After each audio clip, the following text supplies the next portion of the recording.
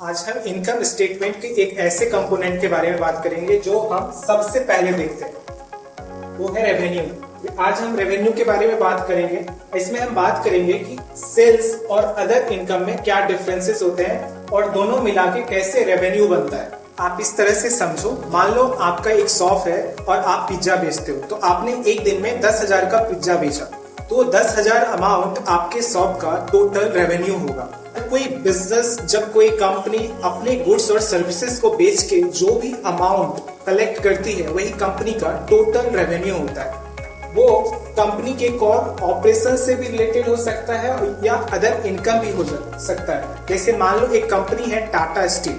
अब टाटा स्टील क्या करती है? स्टील मैन्युफैक्चर करती है। स्टील मैन्युफैक्चरिंग करना उस कंपनी का कोर ऑपरेशन हुआ। जब टाटा स्टील के अदर इनकम का बात करें तो उसका मतलब हो गया सेकेंडरी इनकम।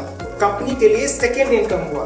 जैसे इंटरेस्ट इनकम, अगर कंपनी ने किसी को लोन दिया है, उससे इंटरेस्ट कमाएगी, या फिर किसी कंपनी में इन्वेस्ट किया है, एज ए डिविडेंड उसको मिलेगा, तो कंपनी का सेकेंड इनकम हुआ, जिसे हम नॉन ऑपरेटिंग रेवेन्यू भी बोलते हैं।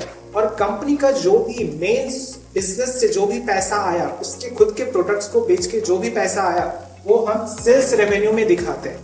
तो सेल्स रेवेन्यू और अदर इनकम में यही डिफरेंसेस होते हैं।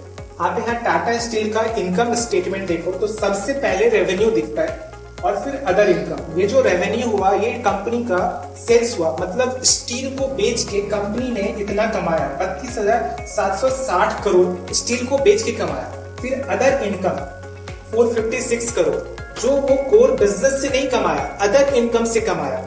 तो यहाँ पे रेवेन्यू और अदर इनकम को जोड़ के हमारा टोटल इनकम आया। तो इस तरह से हम रेवेन्यू और अदर इनकम को इनकम स्टेटमेंट्स में हम देखते हैं।